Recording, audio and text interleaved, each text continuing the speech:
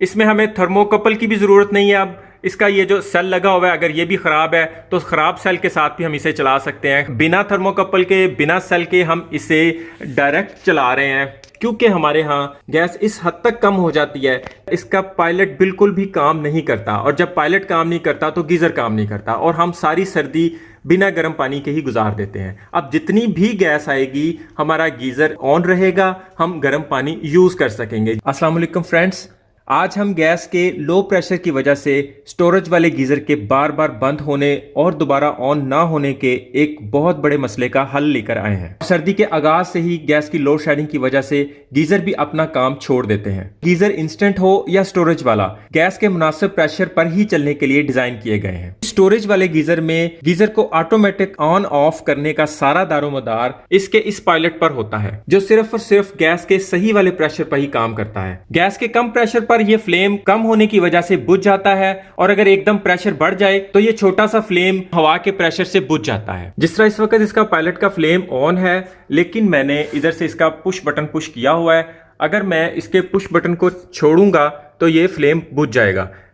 ये मैंने इसका पुश बटन छोड़ दिया और इसका फ्लेम साथ ही बुझ गया। इसका मतलब है कि या तो इसका फ्लेम कम है या तो इसकी ये वाली थर्मोकपल खराब है। तो हमें पूरी सर्दियां इसी मसले का सामना करना पड़ता है। या तो गैस कम की वजह से फ्लेम बहुत छोटा सा होता है, जिसकी वजह से थर्मोकपल ज्यादा गर्म नहीं हो पाती। जैसे जैसे सर्दी बढ़ती जाती है, गैस का प्रेशर इतना लो हो जाता है कि थर्मोकपल अगर ठीक भी हो, सही भी हो, तो गीजर ऑन नहीं होता। अगर आप ऑन करके थोड़ी देर के लिए साइड पे हो जाए तो कुछ देर बाद देखें तो गीजर ऑफ हुआ होता है। इस मसले का हल इस वीडियो में हम करने लगे हैं कि आपके घर में गैस का प्रेशर जितना भी लो होगा, जितना भी कम क्यों नहीं होगा, हमारा गीजर भी पूरी सर्दी ऑन रह सकता है। इसमें एक और चीज का फायदा हो जाएगा कि जिन लोगों की ये थर्मोकपल बार बार खराब हो जाती है, या जिन लोगों के ये सेल खराब हो जाते हैं, तो अगर आपके गीजर में सेल और थर्मोकपल दोनों खराब भी हैं तो भी हम गीजर को चला पाएंगे। इसके लिए हम सबसे पहले तो इस थर्मोकपल को खोलेंगे। ये यहां से खुल जाती है।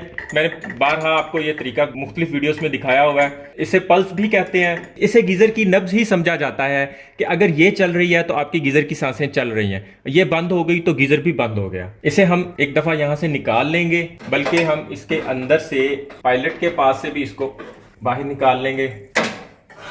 ये यहाँ से लीक हो गई है, जिसकी वजह से ये अब काम नहीं कर रही। और सर्दियों में बारहा हमें ये थर्मोकपल चेंज करनी पड़ती है। ना तो हम उसे लो प्रेशर पे सेट कर पाते हैं, ना ही हाई प्रेशर पे सेट कर पाते हैं, क्योंकि गैस का प्रेशर अप डाउन होता रहता है। तो गैस की इस फ्लक्चुएशन से निपटने के लिए हम इसका एक मैनुअली तरीका अपनाएंगे, जिसके लिए हमने एक तो थर्मोकपल इसके साथ से अलग कर दिया है, और दूसरा हम इसके सेल को खोलेंगे। इसके लिए हम गीजर के मेन वॉल को बंद कर देंगे जहां से गैस इसके अंदर आ रही है। इसका फंक्शन मैंने पहले भी बताया हुआ है। जैसे ही थर्मोकपल इस सेल को इंडिकेट करती है, तो सेल का ये वाला हिस्सा जिसके ऊपर एक सील लगी होती है, जिसने गैस का रास्ता बंद किया होता है, तो थर्मोकपल जब इसे सिग्नल देती है कि गैस आ रही है और गीजर इस वक्त ऑन होना चाहिए, तो ये इसको अपनी तरफ खींच लेता है, गैस का रास्ता खुल जाता है और गीजर का जो मेन बर्नर होता है उस तक गैस पहुंचती है और पायलट में जलता हुआ शोला उस बर्नर को ऑन करवा देता है। अगर हम इसमें से थर्मोकपल अलग कर देते हैं या थर्मोकपल खराब हो जाती है, तो फिर तो बिल्कुल भी गैस आना बंद हो जाएगी। मतलब ना इसे सिग्नल मिलेगा, ना ये नीचे होगा, ना गैस का रास्ता खुलेगा। तो हमें कुछ ऐसा करना है कि हमें गीजर का रास्ता थर्मोकपल के बगैर खोलना है। तो उसके लिए हम क्या करेंगे, हम इसके स्प्रिंग का एक ऊपर वाला सिरा इससे बाहर निकाल लेंगे और स्प्रिंग को घुमाते जाएंगे, घुमाते जाएंगे। फ्रेंड्स, हमने इसके एक सिरे को पकड़ के इसकी शॉफट से बाहर निकाल लिया और फिर स्प्रिंग को घुमाते गए और स्प्रिंग सारा बाहर आ गया। हमने गैस का रास्ता भी खोल दिया और इस सेल की मदद से हम गैस की लीकेज भी बंद कर देंगे। अब हम इस सेल को, जिसमें से हमने स्प्रिंग निकाल दिया हुआ है, इसे हम उसकी जगह पे दोबारा लगा देंगे। सिर्फ हम इतना सा टाइट करेंगे कि जिससे यहाँ से गैस की लीकेज बंद हो जाए, लेकिन इतना ज्यादा यहाँ से जोर नहीं लगाएंगे कि ये सिल्वर का होता है तो ये टूट जाए। इसके पुश बटन को अब दबाने की जरूरत नहीं पड़ेगी। अब सिर्फ और सिर्फ यहां से हमें ऑन कर देना है। उसके बाद हमें थर्मोस्टेट से गीजर को एक दफा ऑफ करवा देना है। ये जब इसकी टिक की आवाज आएगी तो समझ लें ये ऑफ हो गया। इसे हम एंटी क्लॉकवाइज पूरा घुमा देंगे और इसे जीरो पे ले आएंगे। यहां से ये ऑफ हो गया। अब हम इसके पीछे के जो गैस का मेन वॉल है उसको ऑन कर देंगे, उसको खोल देंगे। गैस का हमने मेन वॉल खोल दिया, लेकिन अभी इसमें गैस नहीं आ रही क्योंकि यहां से ये ऑफ पोजीशन पे है। अब हम इसको ऑन करेंगे।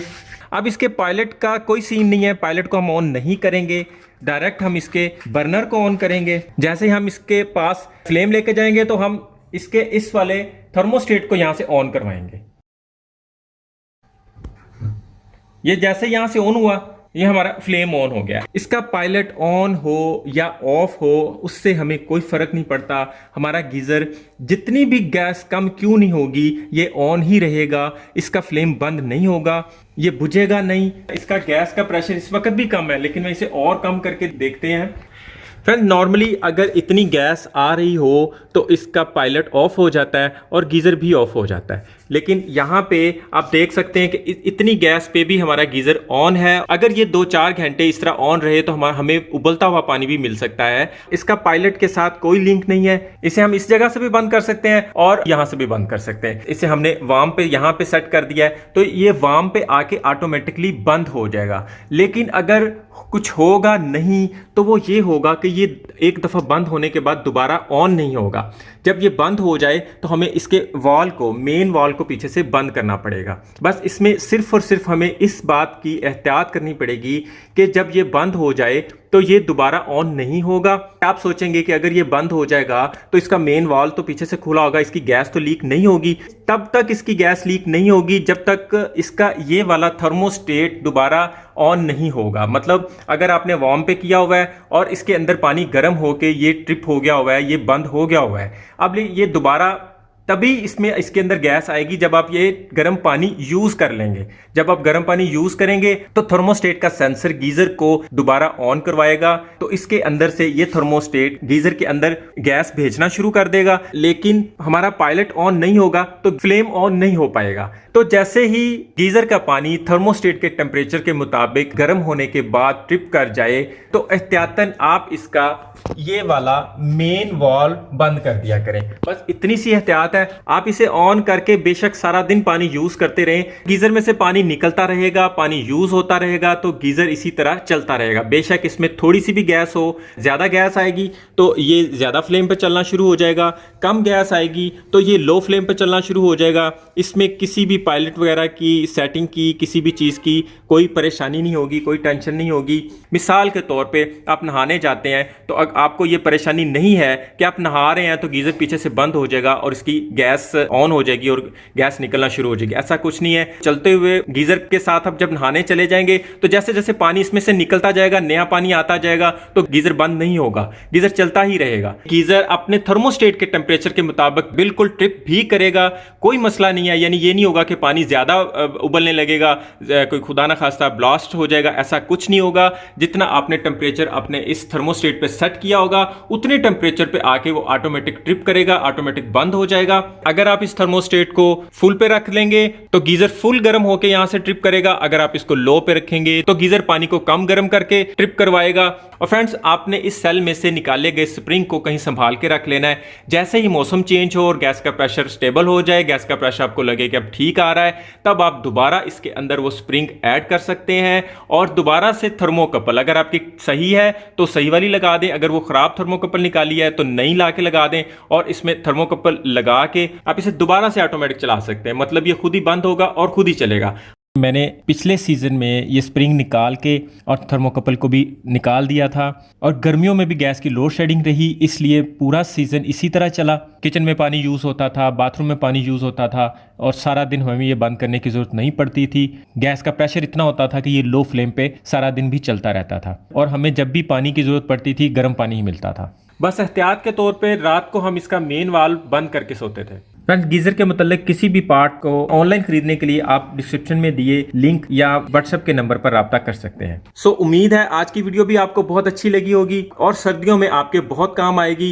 वीडियो पसंद आए तो इसे लाइक और दोस्तों में शेयर लाजमी कर दिया करें, मेरी हौसला अफजाई होती है। चैनल पर नए हैं तो इसे सब्सक्राइब भी कर दें ताकि मेरा और आपका राब्ता जुड़ा रहे। आज के लिए इतना ही। अपना और अपनों का ख्याल रखिएगा। बहुत बहुत शुक्रिया। अल्लाह हाफिज।